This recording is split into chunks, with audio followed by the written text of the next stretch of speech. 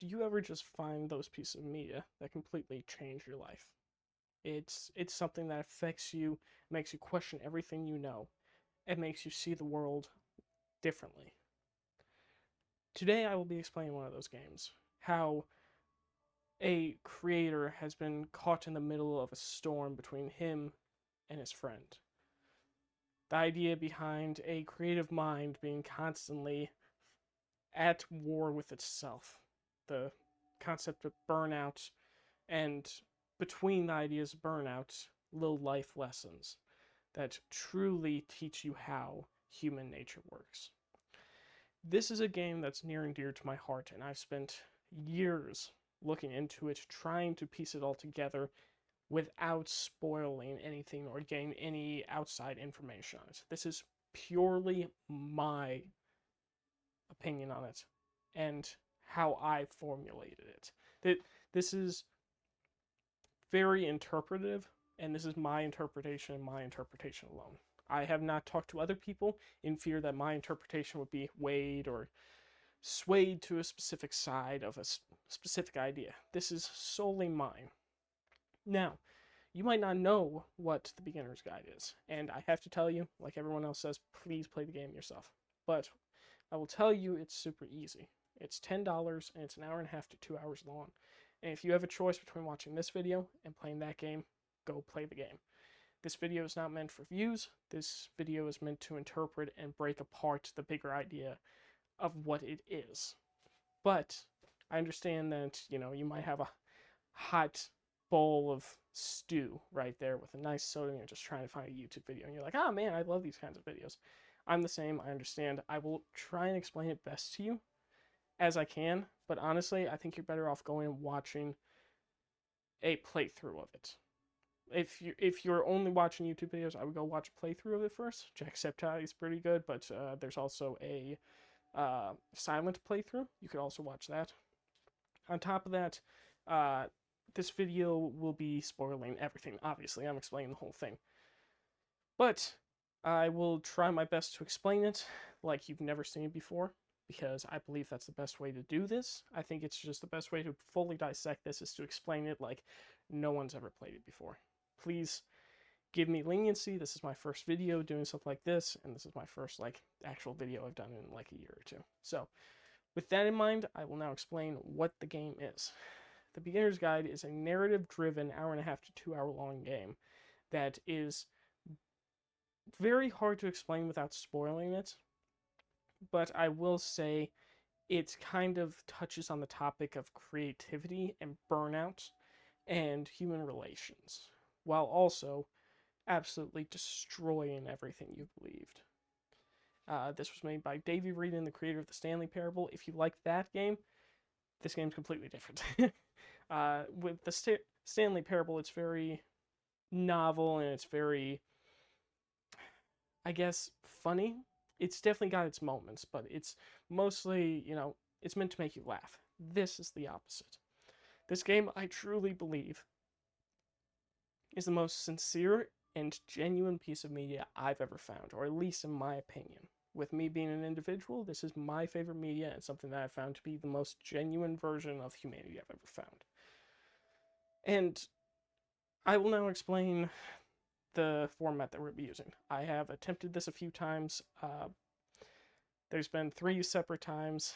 One of them, I just didn't like the format. The other 2 times, there have been audio issues. One was my fault, one was not. So, I've got the format down pretty well, and I know how to explain this.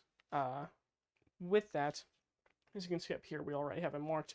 There are 15 segments. We will be going from left to right and down. So, we will do the level design, we will do the narrative, we will do the secondary narrative, and notes. I will not actually write down map details unless it's important. Since I have small cubes, I will be only putting the bare amount of information that we need. I will explain all of this to you, but this will just hold the bare amount of necessity. But the format will be level, first narrative, second narrative, and notes. So keep that in mind. Also, just to warn you, the first narrative is pretty short usually. The second narrative is longer because I'm being interpretive about it. You might be asking, what's the second narrative? The first narrative is the clear definition that the game is trying to get by to you. It's trying to relay information to you. The second one is you'll see as we go, but it is more of an introspective and interpretive kind of narrative that you can kind of peel away at your own and make it form whatever you want, really. But I have my own interpretations, and I'd like to share that with you. With that being said, at the end of all of this, once we get to the final level, which I will not write down, but the final level, I will go back through and re-explain the first narrative, so that way we have a clear, concise idea. So that way it's not broken apart and you've got pieced together at the end. We'll re-explain stuff quickly at the end, so that way the final plot point in the narrative will make more sense. And after we're done with that, I will start explaining why this is personally my favorite game and stuff I love about it. I want to give you guys the information. I want you guys to have the idea of what the game is, and then I'll be going into my own personal stuff. I won't explain it first because that will spoil a lot of stuff. But with all that said, I hope you enjoy this video. If you have any feedback on editing or, the audio problems or any kind of information to help with formatting, if there's any way that I could do this differently to make it a little smoother, I'd love to know. This is a new thing that I'm trying to do. I've got a few other video ideas that I want to do on other games and shows, movies. There's just a lot of stuff that I love.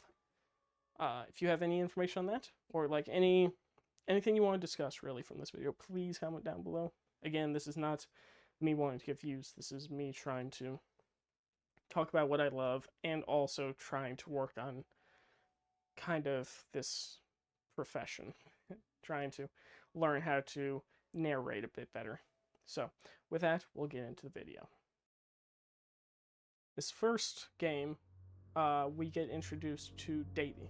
Davey is quite literally the creator of this game. There is no spatial difference. He in the game is the same. He's the narrator, and he tells us how he had a friend called Coda that he met back in, I believe, 2009, and he was making these games.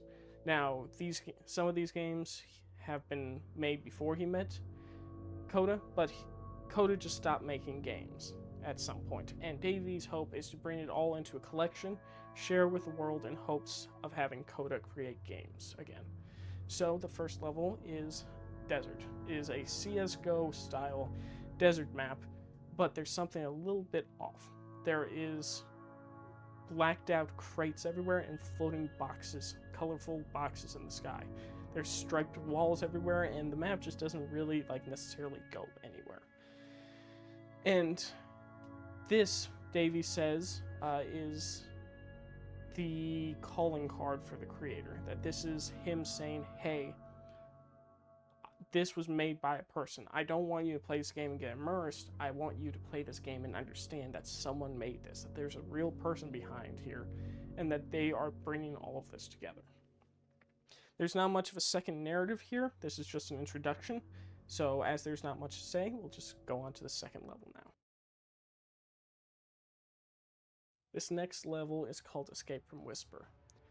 It starts off in a spaceship. You get thrown in, alarms are blaring, you're holding a gun, and there's just this high energy. It feels like you need to run, so you start running through the level. And as you walk through it, you kind of realize that this game is not done. You have a gun, but no enemies. The ammo runs out from the gun, there's not much of a point with the whole game, and you look through a window and you can see the bottom of the universe. In the skybox, he just didn't add a bottom, so there's just a white panel underneath. As you continue through, you find a labyrinth, and this is important. Try and keep track of this, and I'll also write it down at the bottom of the boxes. Davey skips through the labyrinth. He just tosses you towards the end. He said that he sees no point so far in the labyrinth, so for sake of time, he's just going to skip it. As you continue, you find a laser beam in a room, and this woman says, hey, the ship's gonna blow up, it's overheating, the only way to take care of the reactor is to dispense a high enough energy source and heat signature into it. So you have to sacrifice yourself.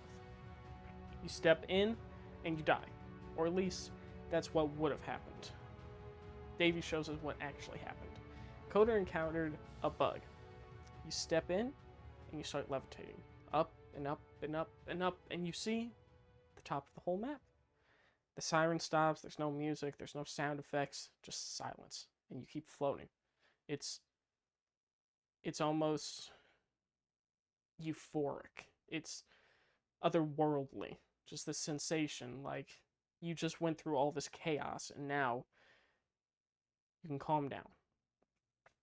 Davey explains that Coda doesn't really have, quote, points to his games. There's no end objective, there's not really anything piecing it all together or any reason to do things. But this out-of-body experience, as we'll see from here on out, is something Coda will be chasing for a while. Now, the second narrative is, this is why it was hard to explain, is based on what the map itself is trying to convey, not what Davey's trying to convey, the map itself. What did Coda mean by this? What's the meaning behind these levels? The second narrative in this, I believe, is after going through a hard time of life. It was crazy, it was stressful, it took so long, you went through so many painful things, and whether you succeeded or lost, either way you find an endpoint, and you can kind of look back at the situation you were in and realize what it was. Whether it was good or bad, whether it ended the way you wanted or not, you can kind of retroactively look at what you went through and understand the situation. You can everything becomes a bigger picture for you.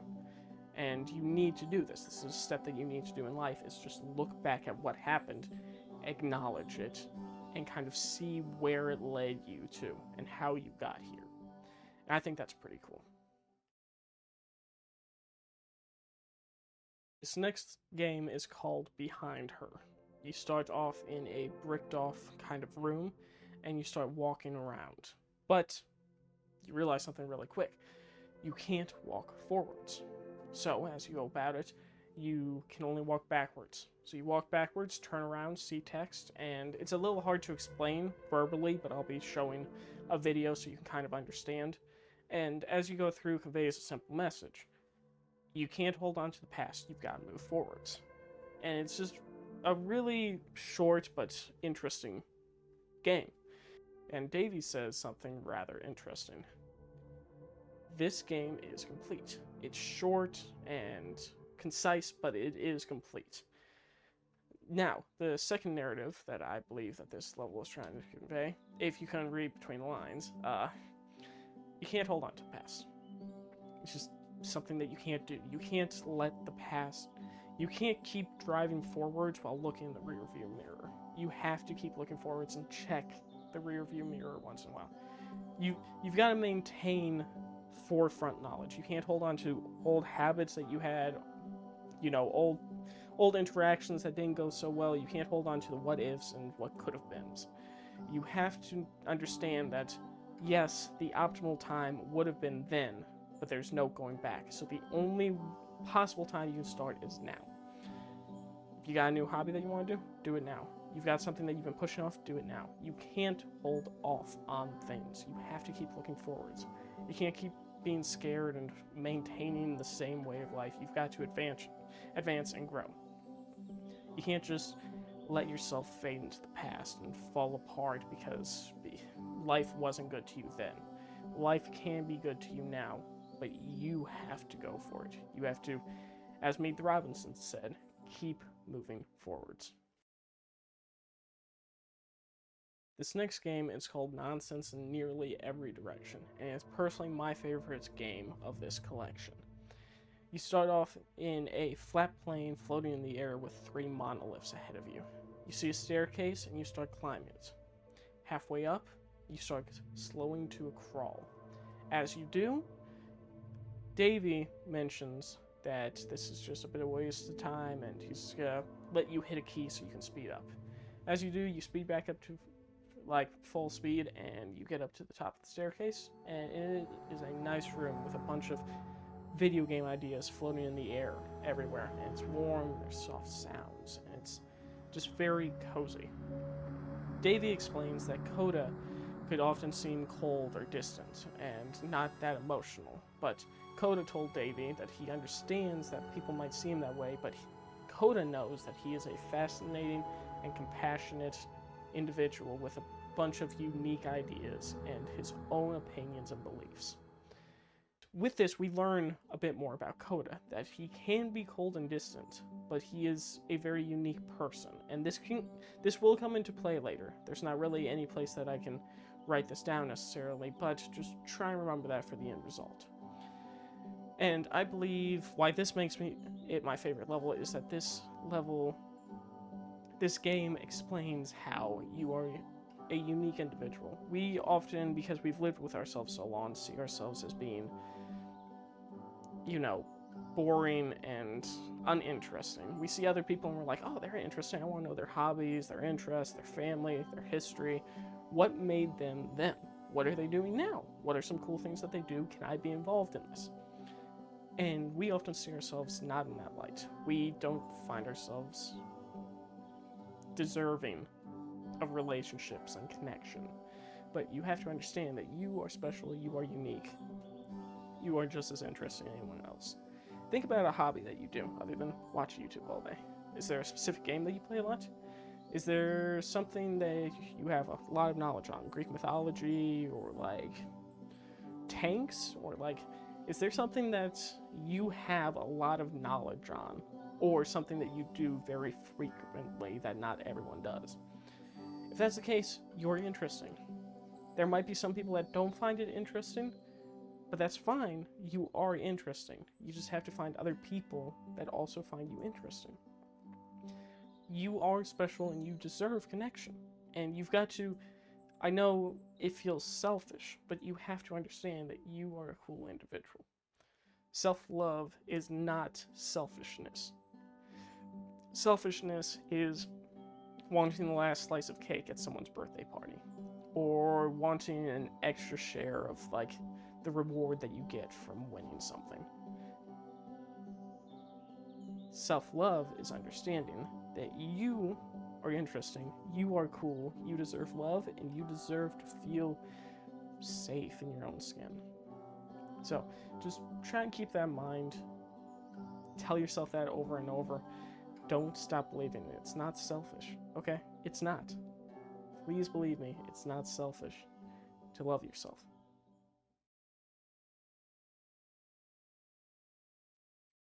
This next level is called Ready, Set, Fish.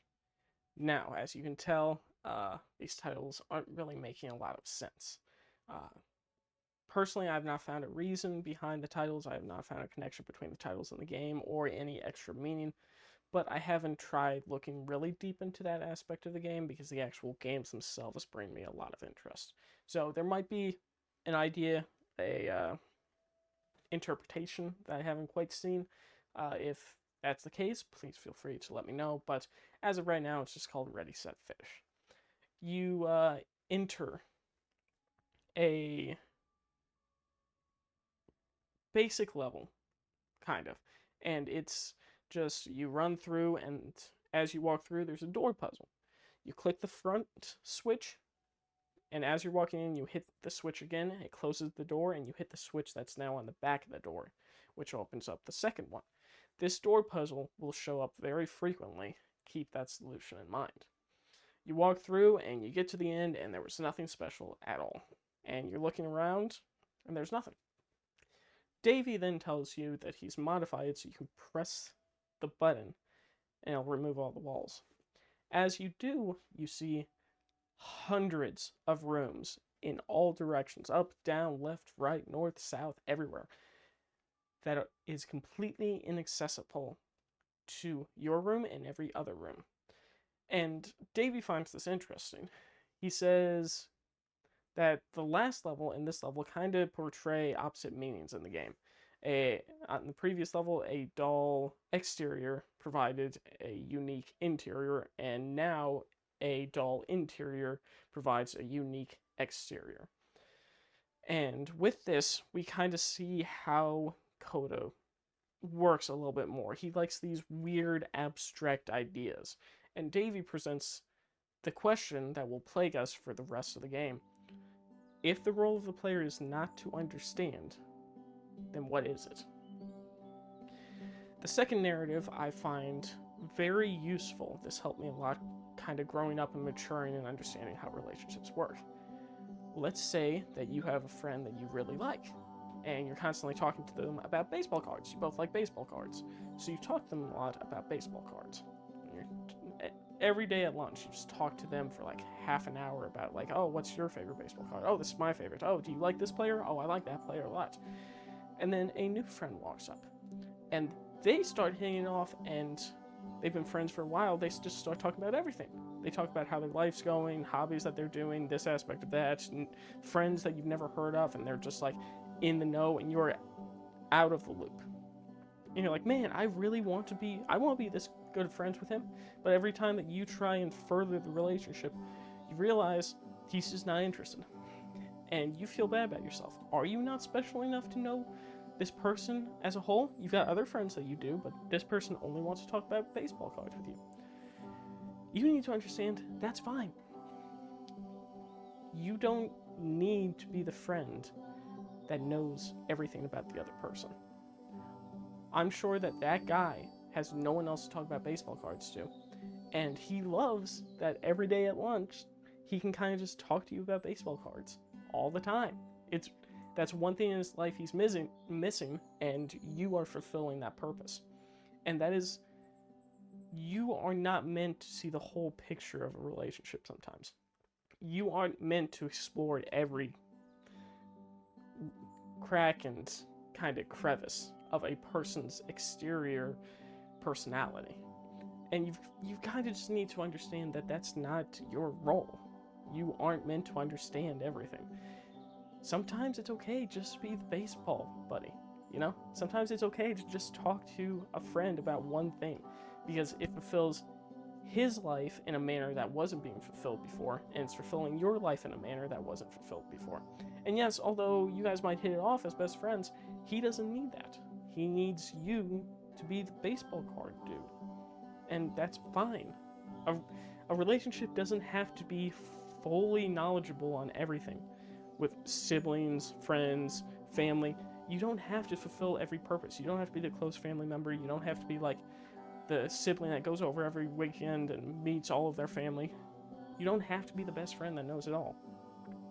It's okay to just fulfill some of the traits so that person can have a complete picture. A puzzle doesn't look amazing until all pieces are fitting, and you are the last piece of their puzzle. So just keep that in mind. It's okay not to fully understand someone and be close friends. Let the dynamic grow naturally and be okay with that. Okay? You can't push a relationship farther than it has to be if they don't want it. Just fulfill the purpose. If you guys grow apart, okay. If you guys grow together, closer, okay. Just be okay with the situation you're in and just understand, hey, we're both happy with this. We both don't need any more. I've got other friends. I'll go make other friends. This person's having a great time. I'm having a great time. So we'll just keep talking about baseball cards.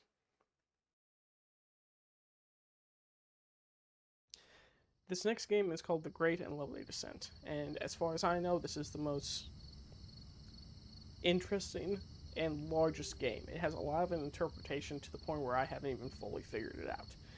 But even as I've talked about this a couple of times before in the recordings that didn't make it, I've learned some stuff just by talking about it, and I think that's pretty cool. You get spawned into a white terrain with a lot of hills, and you see a cafe called the Streetwise Fool. That name doesn't have much importance, as I know, but, you know, it's just a cool name, so I figured I'd mention it. As you go in, you walk into a back room and walk downstairs, and you see this big black abyss with a bunch of blocky structures floating in the air. As you climb down, you hit the bottom, and you walk down a staircase. Then you enter a prison. As you walk forwards into the prison, it guides you into a prison cell, and you're locked in there. Davey mentions that originally the game would have you locked in there for a whole hour, and now he's going to just open the door because he doesn't want to wait for that. So you leave and you keep walking forwards, and you enter a doorway that leads to some blockheads, and they ask, did you come from above? And you're like, yes. So they ask, can you tell us what's on the other side and how to escape the door? And you say, trust me, there's nothing over there that you want. Please just don't go back over there. It's not worth it. And they're like, yes, I do want to go over there. Please, we need to know. You continue on and you find more blockheads. And you're like, do you want to know the way out, I'm assuming? And they're like, no, no, no. We're more interested in what's between the puzzle, the door puzzle, the blackness between the doors. And you're like, why would I be interested in that? I'm going to continue on. You continue on and you exit out to a park-like structure with a bunch of buildings, and there's a lamppost. Now, something important to know from here on out is the lamppost will be at the end of every single game. And Davey explains that Coda and him would fight over, should games be playable? Should there be an endpoint or a main objective? Davey always said, yes, what's the point of making a game if there's not like some sort of objective or endpoint, something to reach at the end? So in turn, Coda makes hundreds of games in a file called, quote, playable games. And he sends them to Davey, and Davey looks through every single one to see if there's an Easter egg or an endpoint, and there was not. It was just a big, empty box that you could walk around.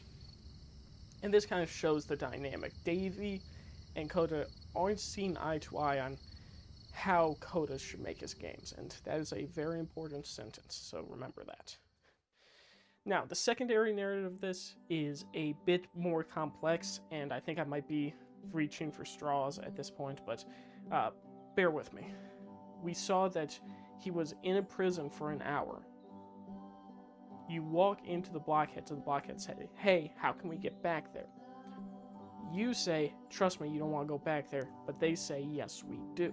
You walk forwards, and then the next blockheads say, hey, what's between the doors? We're more interested between the doors. And you're like, why would I be interested in doors? It makes no sense to me. So I'm going to continue on. And you continue on with no distraction. I believe that the second narrative is trying to say that you can't be stagnant. You can't just stay in the same place in life. You have to have something to keep moving towards. You have to have some kind of goal or some kind of growth, whether that's the gym or career movement or moving to a new place or exploring the world or exploring creative ideas or better food habits or something. You cannot maintain this way of life. You have to grow in some form. You can't be stagnant, and if you try and move past, it's just going to be a prison. If you just try and move back, then it's just going to end up poorly for you. You're not going to be in a good place. But you also can't force yourself to just... You have to take the little things. You can't take the little things for granted. You have to also try and focus on what you have now. So this is stagnant and contentment. You can't be stagnant, but you've got to be content. They were curious about their surroundings. They were curious on what exactly was going on, and they were very interested in the door. So, do you have anything near you that you haven't touched in days, weeks, months, years? Anything that's like some kind of toy or some kind of like anything really, paper, pen, some kind of like cool statue that you bought of like some anime weeb? Just pick it up and truly be like, huh, this is cool, I'm glad I've got this. That's contentment. But also you can't be stagnant. You can also put it down and understand, man, you know what, I'd like another one of those, or this different version of this, or, you know, actually I've grown past this, but I like this thing, so I'd like to get this, or just anything like that. You have to keep moving forwards, but be content. Contentment is where you find happiness. Growth is also where you find happiness. The best way to grow and be happy is to keep moving forwards, but be content with what you've got. Now, before we continue, I have to apologize. The quality isn't great because I have a very poor camera, and this is a lot of information that I have to write down. Don't worry, we'll go over all of this again at the end. I'm just kind of writing this down so you can read if possible and keep up, and also so I can go back and read the notes that happen for the whole game. So, apologies, but that's just kind of how it is. I have a cheap camera. Now, this next game is called This Game is Connected to the Internet. Shocker, it's not. This game starts in a cavern, and as you're walking through, you see a bunch of notes on the ground. As you walk up to them, they say little things. They say all sorts of things like, funny little notes, and then they have kind of sad notes being like, hey, I'm lonely, can I talk to anyone, why can't I talk to anyone, and then just random things talking about, oh, this is the first time I've ever played the game. And then you get also funnier stuff like Devil Tower Star and Butt Ass Butt, and a free t-shirt, which is my favorite stim ever, is just saying that quote from the game.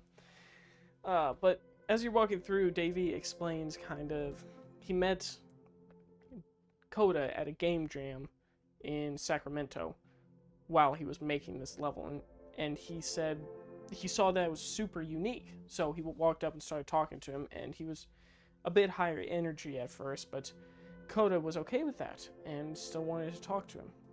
And as you walk through, you get this sense of loneliness from Coda. There's sad little notes like, does anyone hear me?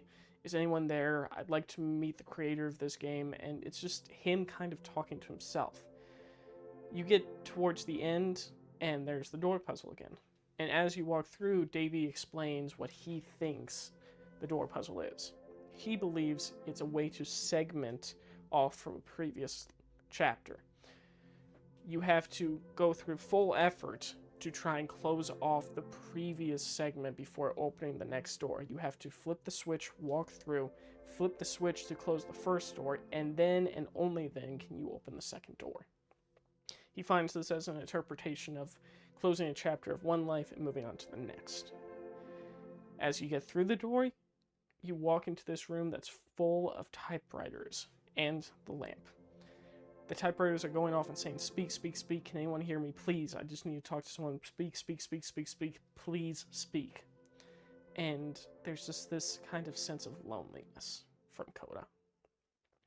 Now, the second narrative of this game, I believe, is trying to state how you have to kind of relay the information that's in your brain some manner, whether it's writing it down or talking to friends or just trying to make connections. It's hard to socialize. It's hard to find people that are unique and genuine in this world. It's hard to find people and connect with them, especially if you've had a hard time before, or you're autistic or anything. It's very difficult to feel genuine. Now, with all that in mind, it's okay sometimes to kind of rack your brain for a bit. Not too much, but a little bit, because that's how you kind of develop yourself. But if you don't get those thoughts out eventually, it's just going to pile and be a mess to the point where you can't even get it out anymore. It'll become a nasty, like, almost rat's nest. You have to let those thoughts out. You talk to someone. If it's something that a normal human being couldn't help you with, or a friend or a family, go get a therapist. You have to let these thoughts out, or they will eat you from the inside. It's very important. This next level is called Cornstars Die Too. You can infer what I meant, but although this video isn't for views, I personally don't wanting it to get age restricted. So I don't know much about YouTube, but I'm assuming that's a word that you can't say. But with that, you get spawned into a prison. It is a small prison room on a hill, and you see the other side that there is a well. You start walking around, you walk downstairs, and you see that you're at the bottom of the well with no way to get out. There's a few more levels: Inside Out, Prison, Upside Down, an escape room tutorial where you can't even do the first step because it was removed, and there's just more and more and more in spirals, and then you hit one that doesn't even have the prison in it. You walk outside to a phone booth in the middle of the night, dark as can be, no idea where you are. You pick up the phone. It's you. You from prison. In prison, you asks, how do I escape? And you say, you have to be sincere. As you do, he says, how is that supposed to help me? And you say, just trust me, it will get you out. So you start being sincere. And Davey mentions at this point that he's afraid because this feels like self-reassurance. This is just him trying to communicate with himself, and you can't do that. You can't be the one presenting the question and answering it. There's no circulation, there's no movement, and he's really starting to worry about Coda. He thinks he might be spiraling. The secondary narrative of this is you can get so depressed for so long that you don't know if there really is any way to escape.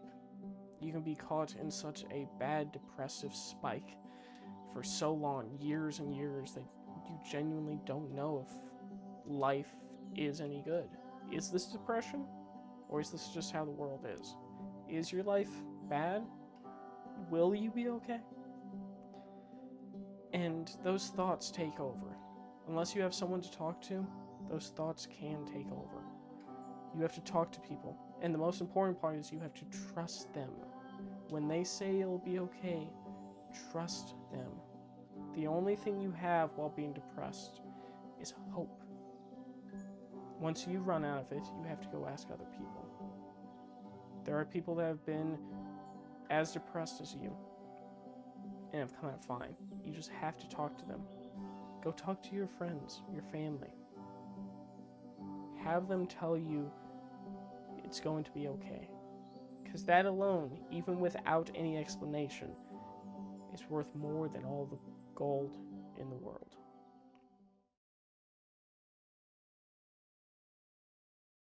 This next game is called Housekeeping, and this is my favorite game just by level design. Although there are other ones that have deeper meanings that I enjoy and overall make them my favorite, this one is so cozy and hits just the perfect design for me to enjoy it. You spawn in a very snowy and cold environment. It's dark, it's a blizzard outside, and you run into this house that's set down in the middle of the valley. As you do, a housekeeper says, "Hey, could you help me clean?"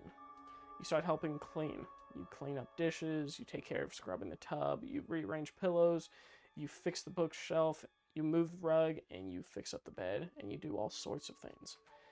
As you continue, the housekeeper says something cheesy, self-proclaimed cheesy. She says, "A house is like a soul. If you take care of it, it will take care of you."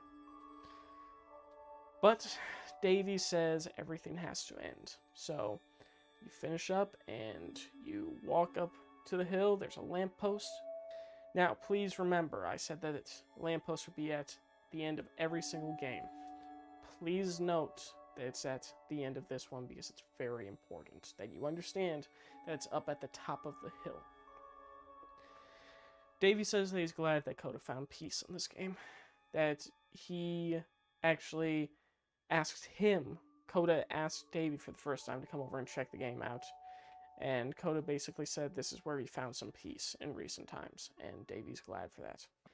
The second narrative is about having something to do. You have to keep growing as a person.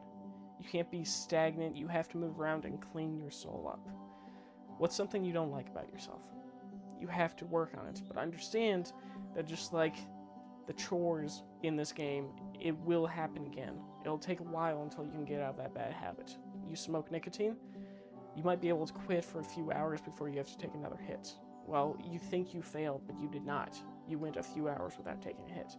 Next, you might be able to go an extra hour, then maybe an extra 2, and then maybe you can go a day, a couple days, and then all of a sudden, you've quit.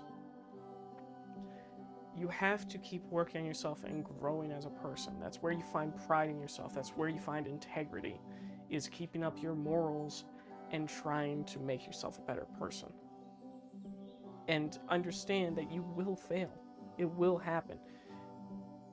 But that doesn't mean that you lost progress. Just because you went a week without drinking and start drinking again doesn't mean that you failed and, we might as well just continue and then you'll quit at some later point.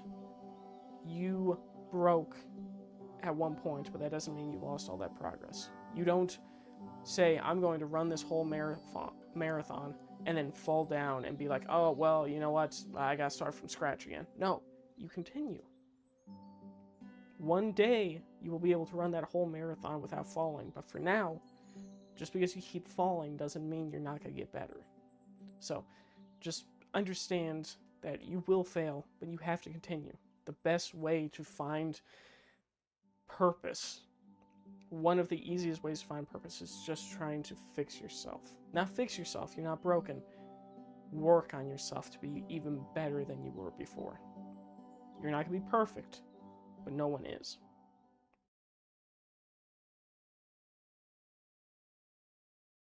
This next game is called Items You Love at Members Only Prices. You spawn in a classroom, and you are the student, and you're listening to a lecturer tell you how to be perfect. And he says being perfect is easy, it's the easiest thing you can do, it's so effortless, and I'm going to teach you how to be perfect, and you'll never make a mistake again, and your family will be jealous. And then it pans over to him. You see this giant black hole in the back of the room, and you see a lamppost.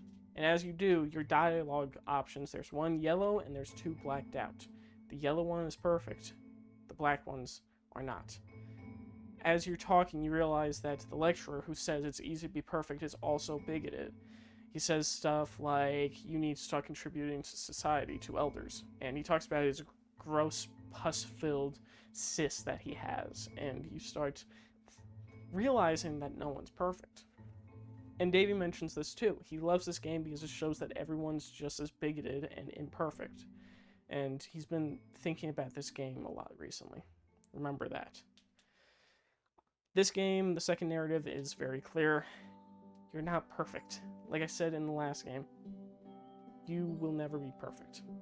You are going to have hobbies and habits and thoughts and interactions that are not perfect in any manner.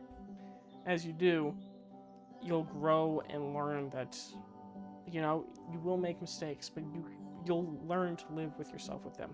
Just because, again, running the steps, just because you don't do stuff perfectly doesn't mean that you're bad.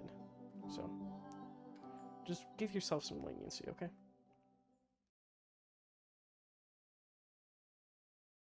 This next game is called Theater. You spawn on a stage and you start walking on, and this out-of-camera voice starts saying how this was the biggest moment for her ever, and this was a career-making interaction she had with her hero. She says, you gotta act this out perfectly. You walk up and say, hi, how do you do it? And she's like, no, you're screwing it up. And you're like, well, what do I do? And you're like, well, just continue, do it right. And you keep going, and you keep making mistakes. And she's like, you can't keep doing this. Let me show you what it actually felt like. And she says, walk to the back of the room. As you walk to the back of the room, a prison cell slams down from the ceiling. You keep walking back more and more, and it keeps slamming down, and keeps slamming down, and you keep going, and it just doesn't stop. Eventually the game ends, and Davey says that he is genuinely super worried at this point, because Coda seems to be giving himself an excuse for social reclusivity. He seems to be trying to tell himself how he can back out of his mind and just not interact with anyone. And these games are taking longer and longer for him to make. As he does this, he keeps spending more time in his head. Davey's also worried because he finds a certain amount of purpose in connecting with Coda's games, and he doesn't want to lose that. The secondary narrative here is how we get caught up in our heads when talking to people. What's the right thing to say? What's the wrong thing to say? I need to make sure that I say the right words and look the right part. But that's not how interaction works. You can't be like, oh, I gotta talk about this. Oh, I gotta ask them about this. I gotta ask them about that. I gotta say this thing or say that thing, because then you're not actually being you. It's important for you to be you. Because if you play a character, then no one's connecting with you, they're connecting with the character. And once you open that door and let people kind of actually communicate with the real you, some of them won't like it and some of them will leave. But that's fine. They're not evil for that. You're not bad for that. Just because they didn't connect with you doesn't mean that you're not an interesting person. There are people that will connect with you genuinely, And would you rather have 20 fake friendships or 3 super close friendships? You have to be real. I know it sucks to be vulnerable, but that's just how life is. You have to be vulnerable to find the people in your life who make you happy and who actually care for you. It sucks, but don't get caught up on your head. If someone comes up and says, hey, my dog died, are you going to choose hugging them or saying, man, I'm sorry about that? Which feels more genuine? Don't pick the one that you think is right. Pick the one that you feel is right. Let your heart follow, because if you don't follow your heart, then you're just a machine. You're not a person. If you don't show your emotions and don't show your thoughts and feelings and how you connect with people personally, then there's no point.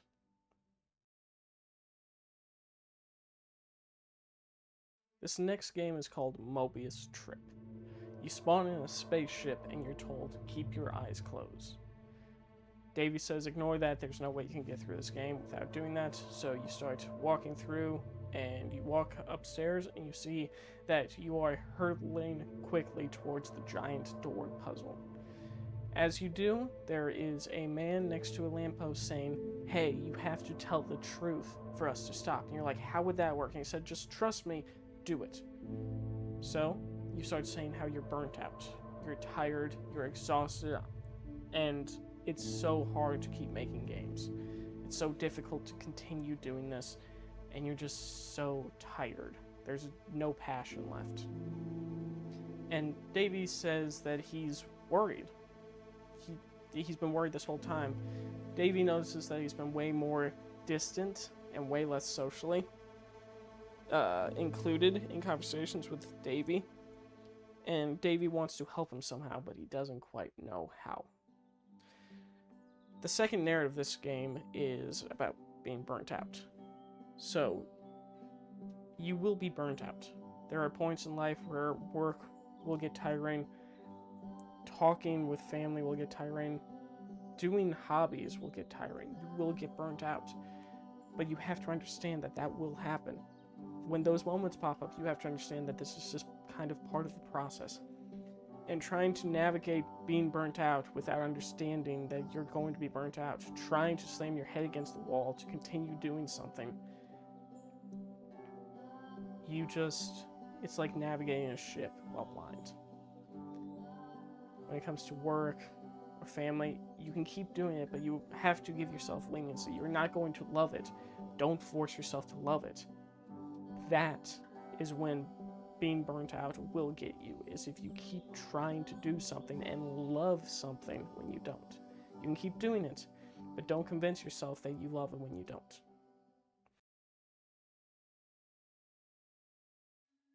This next game is called Island, and you spawn on, well, you guessed it, a floating island, and this out-of-camera voice asks what you're doing there. You say, there was a machine that fed you, that made games, but it stopped, and you want to find it. So the voice said that he'll show you where to go. You wind up on this walled-off structure, and the voice says, hey, to get to the machine, you have to say creativity is easy. And you say, no, it isn't. And he says, trust me, this is how you get to the machine. So you start lying. You start saying how being creative is effortless and how it's so easy and you love 100% of the time and sacrifice is 100% worth it all the time. And the walls start crashing down, and as it does, you see that there is a woman trapped in a prison crying. And Davey says that he's seriously starting to worry because he seems to just be spiraling more and more. And he wants to help, but he seriously doesn't know how to. We're just seeing Coda slowly fall apart. I believe the secondary narrative is trying to say, like the previous game, you can't lie yourself into passion.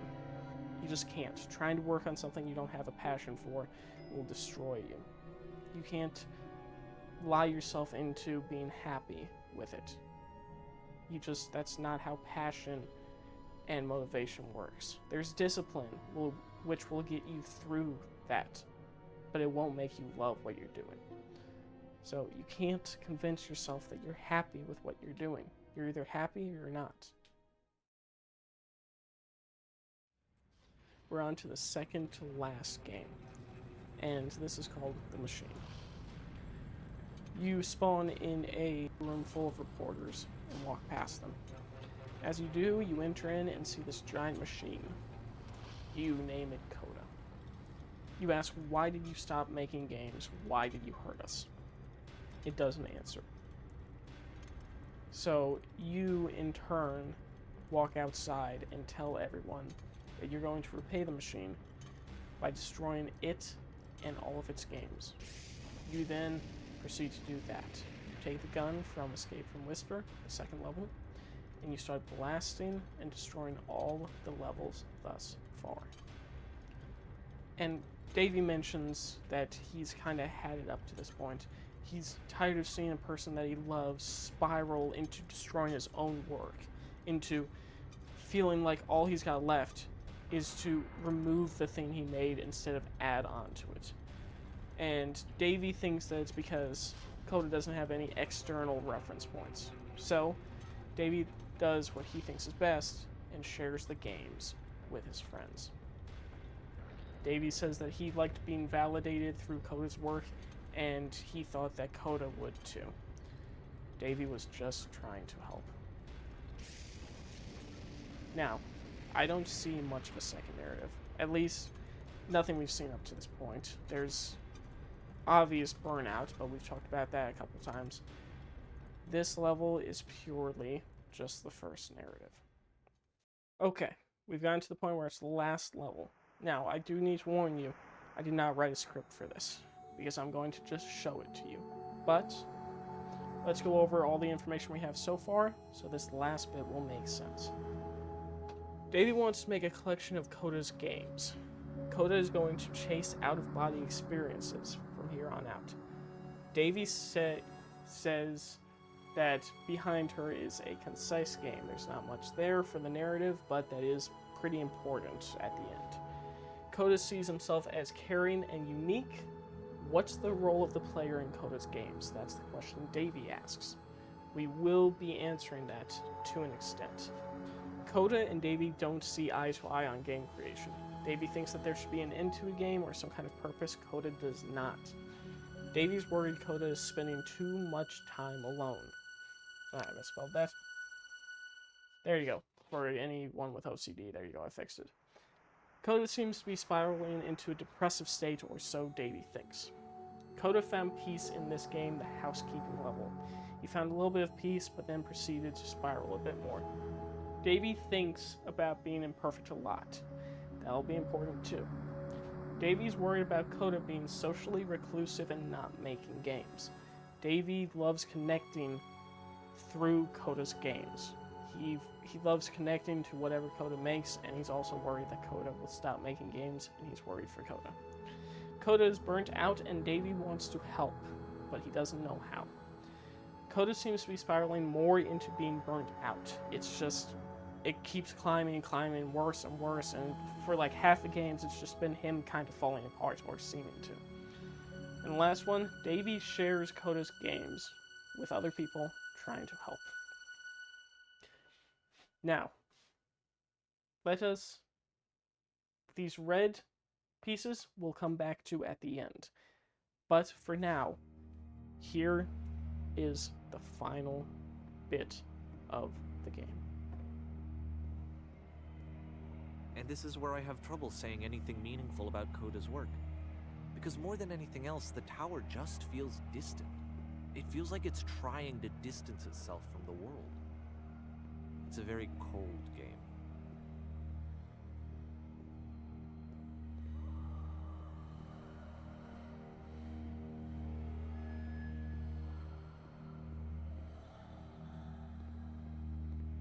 This room actually has a maze in it.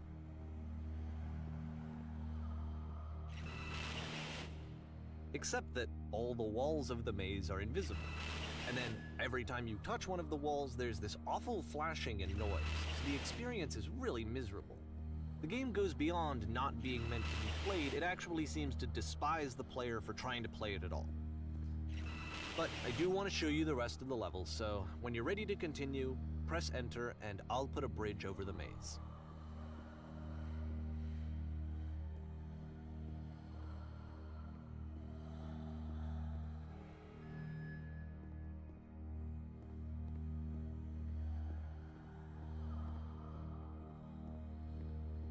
And to be fair, it's not like this is the first game that's needed some modification to be playable.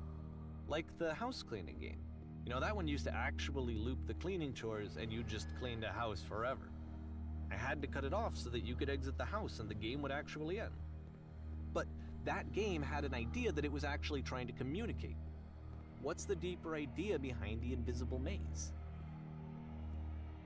The only way past this challenge is to randomly guess the 6-digit code. Like the invisible maze, it's frustrating to me, because it's the opposite of everything else that Coda has made. It doesn't encourage thought or engagement. It doesn't ask anything of me, except a lot of my time. If I could have reached him during this time, then maybe I could have asked him, but I couldn't. I still don't really understand why this is here. I'll put the code on the ground for you here, though, so that we can move on.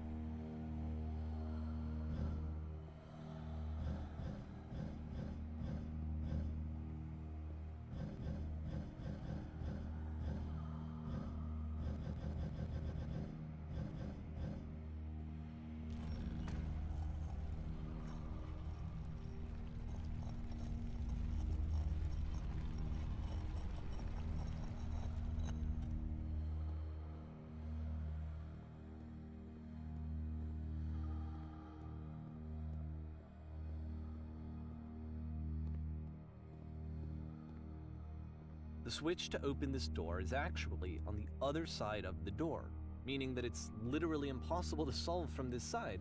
So even if you somehow brute forced your way through the first 2 challenges, and you got to this point, there's actually just no way to progress. And it's scary for me, the idea of Coda cutting himself off entirely, just saying, you know, that's it, that's the end of the conversation, not giving me any way to fix the problem. I feel like a failure, I guess, when I can't fix the problem. But I can open this door for you, so let me do that. Was I a failure for not understanding this game? I mean, I don't know why I would be. It's not like everything needs to have a solution, but I feel it somehow. I feel like I failed, and I don't understand why. I remember, it's June of 2011. I'm playing this for the very first time. And as I'm playing, I'm thinking to myself, I don't know this person. I have no idea who this person is. It wasn't the guy I knew, it wasn't my friend. I had come to so many conclusions from looking at all of his work up to this point, and then suddenly none of them... I had been trying to, though. That was the thing. For years I was trying to get to know him, to understand who he actually was and what he stood for. I asked him so many times to please just tell me what his games mean to him. I asked him please to tell me what the 3 dots mean. And he wouldn't.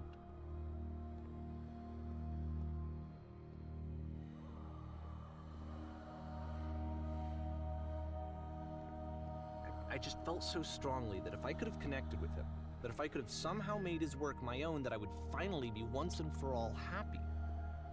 It was that I needed to see myself in someone else. I needed to be someone other than me. But he stopped and left, and it felt somehow like I had failed.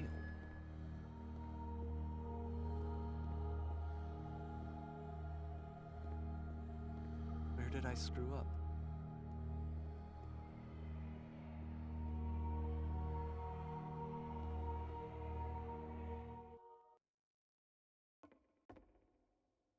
I'm the reason that you stopped making games, aren't I?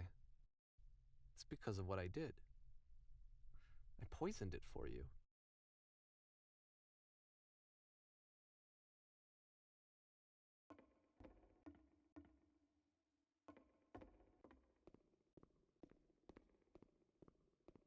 I don't think I ever told you this, But when I took your work and I was showing it to people, it actually felt... it felt as though I were responsible for something important and valuable. And the people who played them, they treated me like I was important. They really listened and cared about what I had to say. Even though I was showing your work, I felt good about myself. Finally. For a moment, while I had that, I liked myself.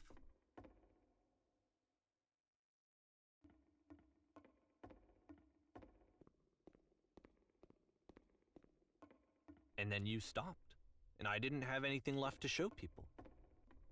I just had to be with myself.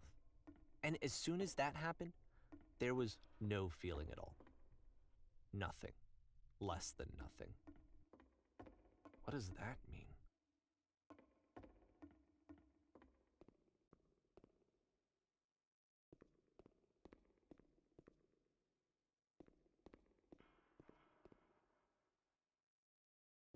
I'm afraid that I did something really stupid because I don't like myself.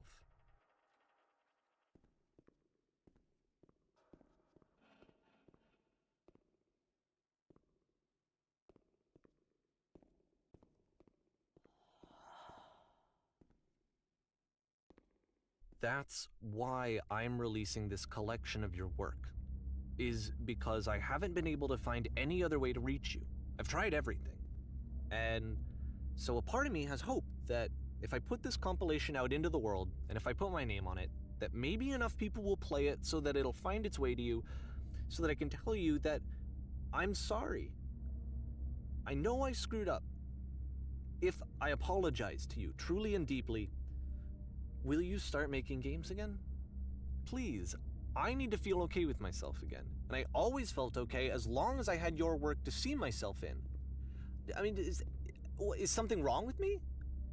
Because I know that I did an awful thing, and I'm doing it again right now. Like, I'm showing people your work, but I can't stop myself from doing it. That's how badly I need to feel something again, like I'm an addict. There has to be something wrong with me. Can I apologize? What if I tell you I was wrong? Will that work? Will that fix it? I don't know. I don't think it will, but there's nothing else that I can do. Just tell me what you want. I'm sorry. I'm sorry. Please, start making games again. Please help me. Please give me some of whatever it is that makes you complete. I want whatever that wholeness is that you just summoned out of nothing and you put into your work. You were complete in some way that I never was. And I want to know I want to know how to be a good person. I want to know how not to hate myself. Please. I'm fading, and all I want is to know that I'm going to be okay.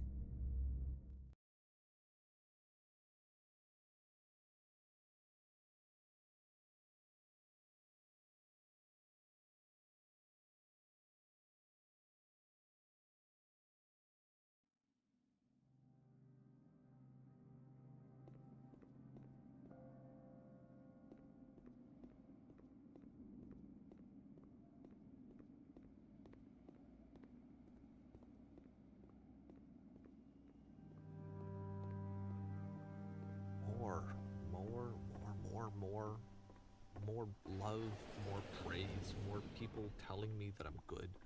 Always more. It's like a disease.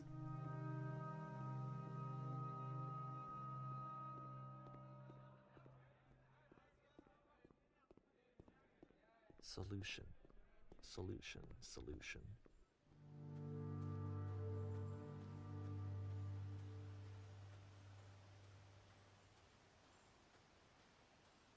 I guess if someone had told me ahead of time that he just really enjoyed making prison games, maybe I wouldn't have thought he was so desperate. I wouldn't have told so many people that he was depressed. Maybe he just likes making prisons.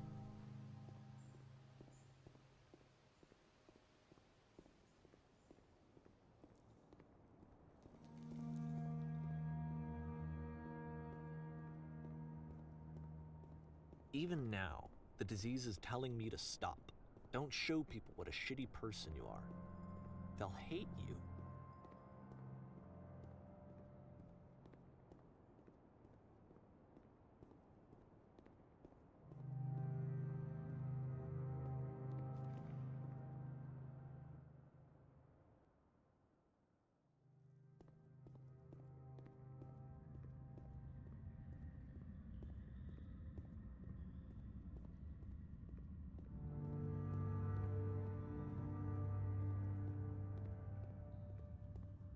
if I knew that my life depended on finding something to be driven by other than validation, what would that even be?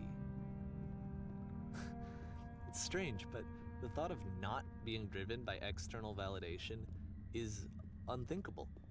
Like, I actually cannot conceive of what that would be like.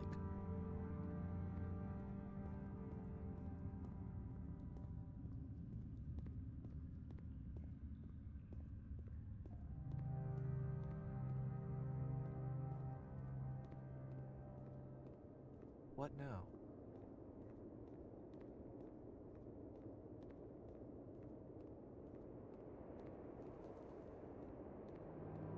I think I need to go. And I'm sorry, because I know that I said that I would be here and I would walk you through this, but I'm starting to feel like I have a lot of work to do. I have a lot that I need to make up for, and so I'm just gonna... Okay.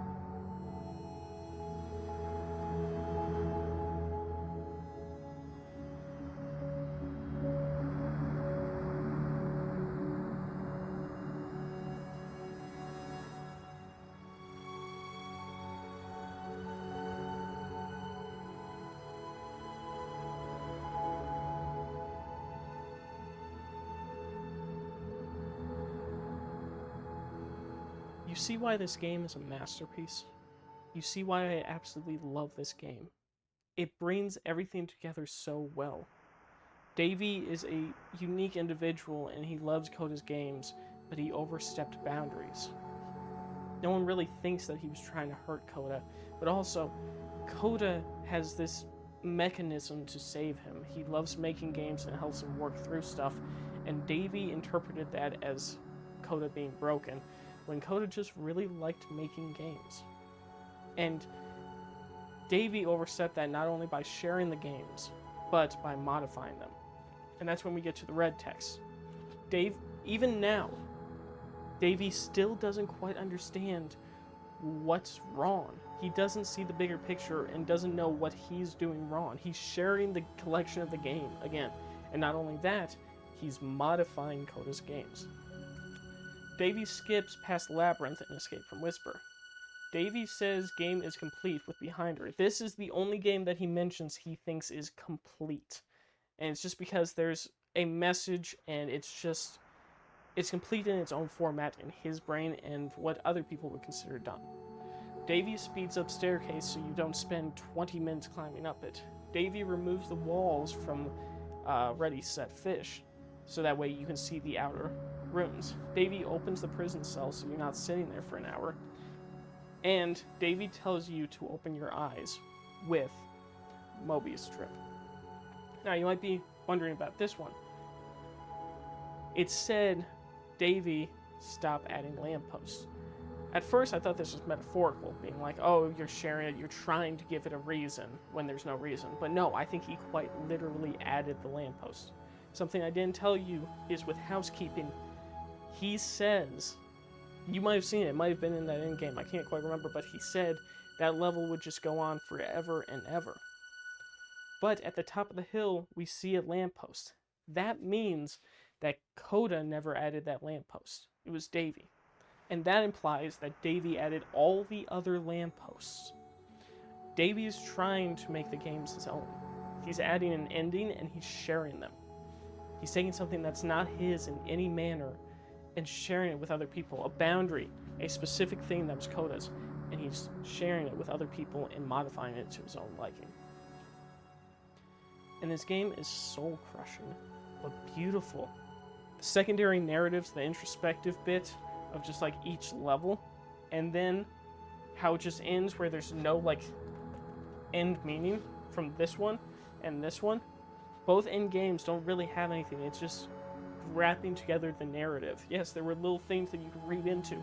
The first one and the last one did not have anything. And this game just brings together this perfect, beautiful idea of what human nature really is. The ins and outs, pros and cons of relationship, the intricacy of it all. And it's just so well done on the forefront of relationships. And if you want another level, warning, this will spoil and this will completely rewrite everything. I still haven't fully understood it because it took so long to get to this point that I don't know how to go another level down on reading into this. Because this is built in a way where it's already difficult enough to break down. By adding this next layer, it adds even more narrative. Coda doesn't exist. Davey said in an interview that Coda does not exist, and it was about his own creativity and his struggles with trying to create a piece of art and just enjoying stuff and not being burnt out. So, all of this is about one person. The machine, Coda, I truly believe that is the only real version of Coda. That's what Davey named his creativity that was empty. And you can see why this video is kind of hard to make. This is not my purpose. With Coda not being real, it's a little easier to like let myself go by, but this, in the narrative, was never meant to be shared with us. And we're doing the exact thing that Coda said not to. This isn't yours. This isn't mine. I'm not supposed to be doing this. This is not my thing to share. This is Coda's, and this is something private that he decided to share with a friend, who then shared it to millions of people. This is not something you're supposed to do. And that's what brings it together so perfectly, and why I love this piece of art so much, how it's so perfect in every manner, and how I'm still deciphering stuff. I don't think I did it properly. The prison level, I think it was Descent.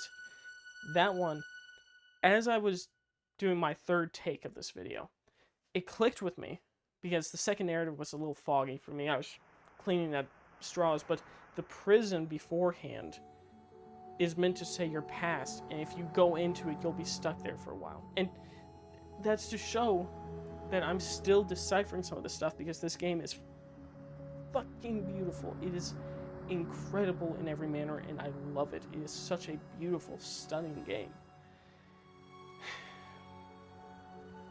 And when it comes to this format, it's very hard to talk about it because I kind of have the same problem as Coda.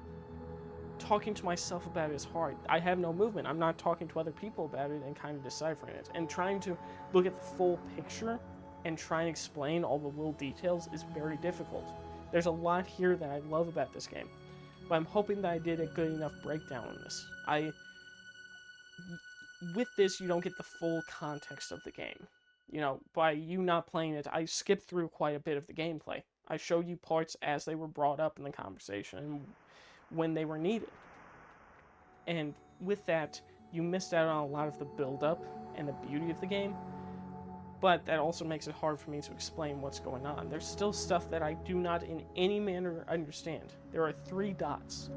You might have seen it maybe through the footage, but there's 3 dots. That's like that. And he asks in that final game, what are the 3 dots? And I still have no clue. There's nothing. You could, with something so vague, you can place it onto anything, so there's no real meaning. What's the importance of 3 dots? And it's just a fantastic game. I love this game so much. And you've probably been hearing it. I've been playing the soundtrack for the whole game. This whole time. The music you've been hearing is just from the game. And the music is beautiful. It's soft. It's not overwhelming. It's very calming. And all the while, this is all building up to the end result. I've never seen something accumulate into something so perfect and so precise. And it's just amazing. And I don't know. This game is beautiful. And I originally watched Jacksepticeye play it. I think I was like 15 or 16. It was like 5 or 6 years ago. And it changed my life completely. It helped me grow as a person and see the beauty of actual art. I never quite understood it before. I was like, oh, whatever, it's just art. But like looking into things and seeing yourself in it is one of my most favorite things ever. That alone will make the game any media way more personal to me and become my favorite because it just resonates with me and who I am. Like my favorite artist is Saint Phoenix. My favorite movie is Beau is Afraid. And my favorite game is this. I think my favorite show is probably Adventure Time, but I haven't finished that yet. But this game is so important that it's still a work in progress, but I got the tattoo of the lamppost because I love this game so much. It's one of my favorite things ever. It helped me just grow as a person and kind of become more precise. It gave me something to focus on. It became my lamppost to keep me focused. And there's still so much more to unpack about this game and what it truly means, and I don't think that I did like a full explanation that well. I haven't watched other people's videos on this, or other than Jack's, but he was more making it personal, so there wasn't a lot of stuff that I could glean from him to apply to my own like interpretations. He was very much making it personal, which is fine, which is good. I'm glad that was my first interaction. But this game is just so important, and it's just, there's still a lot to dig up. I have some focus problems that I won't get into, but it's something that I still am digging deep into pretty frequently. And I'm trying to share it with friends and get some outward opinions, but if you want more information, I'll share some links down below. There was a 30-minute recap, a 30-minute analysis from Innuendo Studios, have not watched, and there was like a 2.5 hour long analysis video from Whale Milk. I haven't watched either. I've been waiting to make this video before I do that, so I'm excited to watch their interpretation of it. But I'll link those down below. I'm also using background footage, maybe, from, I can't remember the guy. I'll link the video down below. Please go give him a like, or just watch the video a bit, or subscribe, if you wouldn't mind. I don't like playing the game more often than like once every few months, and I played it recently before this, so I don't want to play through just to record footage, so I'm going to be using that. I'm going to give him all the credits. I'm going to put his name, hopefully, in one of these corners. So down below should be my Discord, the Innuendo Studios video, the Whale Milk Studio, and then the Whale Milk video, and then whoever the guy is that I recorded the video from. But it was a silent playthrough. I hope that he's okay with me using it. If not, I'm going to use this as a back footage. I'm going to save this, and then I'll put my own footage over it. It's just I really, really, really would prefer not to have to record my own video of it, so hopefully he's okay with it. And this game's just beautiful. I really hope that this recording is the one that works, because first time I recorded it, I was recording in segments, so I didn't like that. I just deleted it. I want to do it all in one take. The second time, I was recording on my phone, and for some reason, the audio just wouldn't record. Third time, I was like, okay, let me hook my microphone up to my computer and record it from there, and I just never pressed record for the audio and only recorded the video. So, but it says it's recording. I see the audio picking up. The audio should be good. I can see the video being recorded. It's recording. So I should be able to edit this. If you enjoyed this, I plan on making other videos kind of like this. There's probably going to be, I don't quite know which one I'm going to go for next, but there's probably going to be like a random movie or like a random game from my childhood. I might do Super Mario Galaxy, talking more about mechanics and stuff instead of a narrative. Epic Mickey is one that I really enjoy. I'm playing through that again. And then there's just a lot of things, like a lot of medias that I really enjoy that I kind of want to share. So if you liked this style of video, and while understanding that this was my first video in this format, I'd appreciate if you subscribe. But also, if this is the only video you ever watch, I appreciate it nonetheless. I don't think anyone's going to get to this point, but if you did, thank you so much. I do appreciate it. And if you have any interpretations or anything, you can hit me up at daveywreden@gmail.com. No, that's what he says in the first game, but you can just comment down below, or like again, friend me on Discord and send me some interpretations. I talk a lot more and check my stuff a lot more on Discord. If you do YouTube, it'll probably take me a few days or maybe a few weeks to get back to you. But I'm more frequently on Discord, just chatting with friends. So I hope you enjoyed this video, and I hope you enjoyed this game. It's a masterpiece that I fucking love so much. I appreciate you guys watching and dealing with the bullshit of the editing. I wish you the best in the world. Goodbye.